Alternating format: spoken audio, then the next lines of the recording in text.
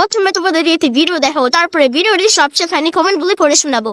আমাদের বাড়ির পাশে আমরা সবাই মিলে করি অনেক বড় অনুষ্ঠান, আর এই অনুষ্ঠানটা চলে 7 দিন ধরে। আর এত বড় অনুষ্ঠান সবার অনুদান ছাড়া কিছুতেই সম্ভব না। এদিকে আমার পিসি শাশুড়ির ছেলে দেওর আর যা ফোন করে তো আমাকে পাগল করে দিচ্ছে, বৌদি অনুষ্ঠান তো এসেই গেল, এবার তো কালেকশনে চলো। তাই একদিন সময় করে সবার সঙ্গে বেরিয়ে পড়লাম কালেকশন করতে। আমি মনে করি কালেকশন করাটা অনেক বড় আনন্দের ব্যাপার। যে জায়গা আমরা কোনোদিনও যাই না সেই জায়গাতেও আমরা যেতে পারি, কত নতুন নতুন লোকের সঙ্গেও দেখা হয়। সবাই মিলে এক জায়গা হলে খুব মজাদার গল্পও করা হয়, খুব আনন্দে কেটে যায় সারা দিনটা। সে যাই হোক, এবার আমার দেওয়ার খাবার কিনে সবাইকে খেতে দিল, আর খাবার খাওয়ার পরে আবার আমরা বেরিয়ে পড়লাম কালেকশন করতে। আমরা আজকে যেখানে কালেকশন করতে গিয়েছিলাম সব বাড়িতে ছিল সুন্দর হরি মন্দির, আর প্রত্যেক বাড়ি হরি মন্দির দেখে, হরি ঠাকুরকে দেখে আমার তো খুবই ভালো লাগলো।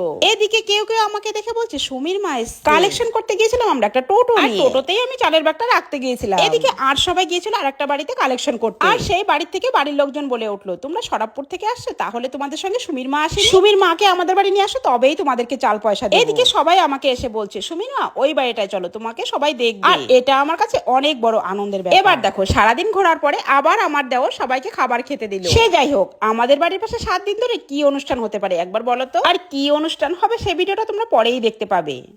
चलिए शुरू करते हैं। আরে কাকিমা, এত পূজা করে কি লাভ? সেই তো মেয়েটাকে 12 ভাতারই বানালে।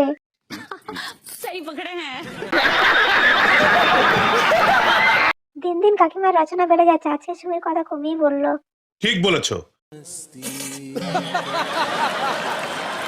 ওরে বাবা রে, কি বলে, ছুরিকে রেখে ভুড়িকে দেখাবে বলছে। সুটিয়ে লাল করে দেবো, নোংরামি বার করে দেবো।